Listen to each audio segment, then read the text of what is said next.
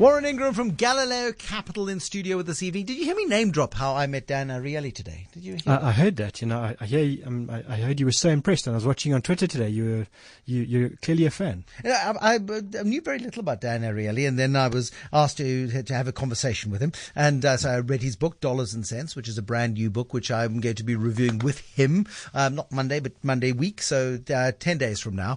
He really is a smart guy and a bright guy and understands people and money and the way we relate to money. So tonight we're talking about how somebody is wanting to relate to money in a very positive way. I'm going to read an email that we've received, and you've seen the email, Warren, from somebody who doesn't want to be named. So I'm going to call them Runner. I inherited 550... Runner, yeah. It's like a carpet. Bad joke. I inherited 550,000 Rand at the start of 2016. At the moment, I have no debt and I don't plan to go into any debt. Tick, tick. I have an emergency fund. Tick. Meaning I'm quite happy to tie this money up in an investment for a minimum of 5 years. I don't have much saved due to paying off a home loan and vehicle. I'm currently 33 years old. I don't have a salary as I'm trying to start my own business. After reading The Intelligent Investor, I like the idea of Rand cost averaging. You're going to have to explain that, Warren. I kept the bulk of the amount in my brother's access bond where he gave me a rate of 9% per annum. His rate is prime less 25 basis points, so he saves 2. He transfers it out to me, which I then invest monthly. Initially, I set up debit orders with Satrix Insignia, blah, blah, blah. And he then goes into complicated details to where he puts his money. And then I had a closer look at my investment report and I see the administrative fees are higher than I thought.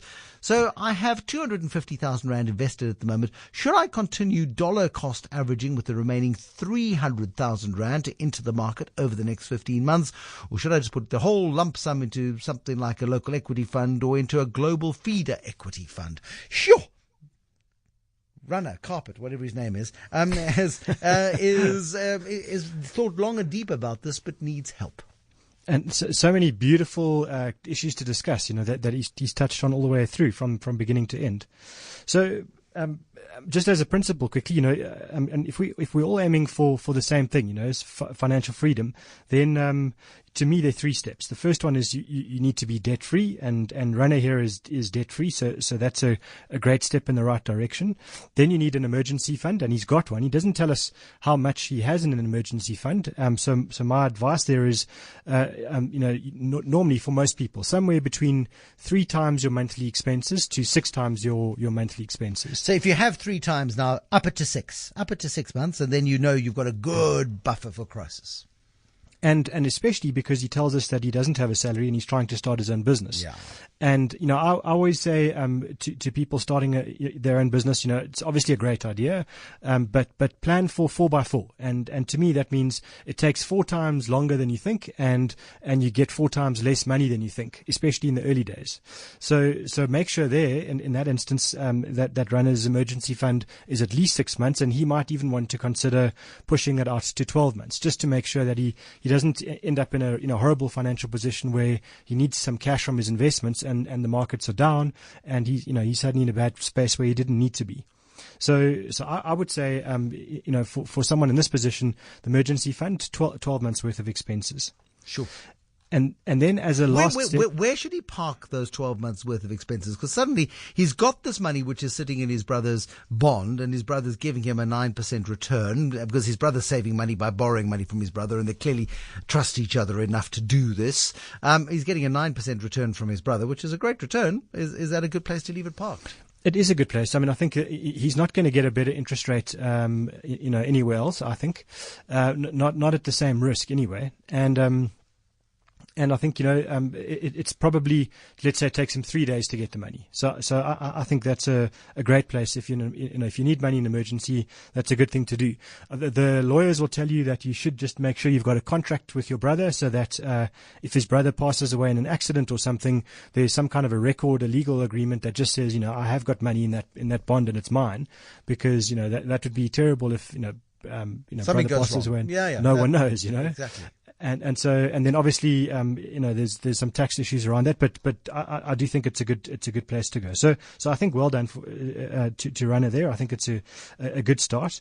And then I think he needs to look at his investment strategy, take one step back, to decide how much he should have in the local markets, international markets, and how he's going to access that. So then we come to his point on rand cost averaging, and it's something that's very close to my heart. It's probably the one thing that I think everybody should do with their investments when they do a lump sum investment, and it simply means you don't buy, if you've got your 500,000 rand, you don't just go and put it all into the investment of your choice in one shot. You spread out that decision over a few months. Some people might do it much longer, but let's just say you do it monthly for 6 months or 9 months. Then what you've done is you've averaged the cost of what you've done, of what you've bought over time. So, it might mean that in January you've bought and the markets were okay. In February, the markets are down. So you're paying a bit less for your investment, and so on and so on and so on. The risk of rand cost averaging, in other words, you no matter what happens to the market, you put in a sum of money every single month, is that you lose your courage if the market goes down for 3 months in a row. And I'm just looking at the Dow this evening, and the Dow's down another 500 points after a brief respite yesterday. The Dow's back up to its naughty tricks once again. And that freaks people out. And unless you're deeply committed to this idea of rand cost averaging, I would argue that you just put it all in a lump sum and understand that it could go down, and appreciate the fact that it may go up over a longer period of time. Rand cost averaging takes metal. Let me just put it that way. And you do need to have the courage of your convictions as markets go down to keep investing on that sort of basis. So we're using a bit of behavioral finance here, because one thing that humans really hate is losing money. We get much more pain for losing 10 rand than we get enjoyment from making 10 rand. Yep. As an example. So they call that a loss aversion bias, and loss aversion bias is a really bad one for us to deal with. We're just not programmed as human beings to lose money and get through that quickly. So what rand cost averaging will do is minimize your chances of having a huge hiding right at the beginning of your investment time frame. For someone like Runner here, who's, this is a massive amount of money for him. He's never invested anything like this before in his life. If he had started and let's say he'd got the inheritance on the 3rd of January and committed it all to the markets, then he would have, started off quite well. He would have felt, things were going nicely, and then suddenly, it all would have gone south now. And I think he'd have some serious, buyer's remorse, and the loss aversion would be kicking in now. So what rand cost averaging does there is, it just spreads that decision out. And if you make it automatic, a lot of the time with these product providers, you can say, I want it to come off my money market account to go straight into in my investment, and it must happen once a month, and whatever the date is, the 10th of the month, and then it just happens. So you're not sitting there at that time, at that moment in time, every month trying to push the button or not push the button. And I always say to people in a situation like this, don't think about it. You've got a really good strategy here. This rand cost averaging. It's a great way to make sure you don't lose a lot of money over long periods of time.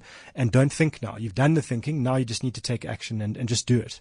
And so I agree with you. It takes metal, but at the same time, if you make peace with the strategy up front, hopefully when it comes to the point where things are going south, you just buy. And the flip side of that is you might buy today and suddenly markets turn tomorrow and everything goes brilliantly, and you happen to be lucky and have bought right at the bottom of the market with one batch of your money. If you're lucky, that's what happens. Local versus global. So his strategy here was, I think, quite a smart one. He's got about half his money locally invested in local exchange traded funds, and then half international, which I think is, to me, makes sense. I think, especially if you're young and you've got capital and you're going to build up more over time, then that's a good strategy. And especially someone who's starting a business, if that business is successful, then that will become a very big proportion of his wealth, which is tied then to South Africa. So getting a good international exposure makes sense. The only comment I'd make there was he had kind of a hodgepodge of the UK market, the US market, and then emerging markets in his international. And to me, I think you can simplify that. You can just have one, which is the world markets. You can buy one ETF and get the global exposure, and maybe then you have a bit of additional emerging markets exposure if you want a bit more risk. But I don't think you need to sort of take the US, the UK, Europe, Japan individually and put them all together. There's a really nice ETF that just does that for you. I just wonder why you would bother doing the US, the UK, and Europe when markets are made in the US. A couple of reasons. One, because I think there is exposure in the other ETFs or other markets to companies that you just can't buy through the States. So you're right. A lot of the market moves over the short period of time will be driven in the US. But to access something like Toyota, for example, you need to get that in Japan, and I guess some of the pharmaceuticals through Europe and so on and so on, and maybe just some of the British banks. You just won't get them in the States. So I think it's good to have that geographic exposure, and the geographies and the demographics of all these countries are different. And if Donald messes things up in America, then you might be happy that you've got exposure to places like China and India, which will be much more rational and sane in comparison. Warren Ingram from Galileo Capital with Runner's question this evening. Very responsible, very well thought out. Runner, I hope that helps.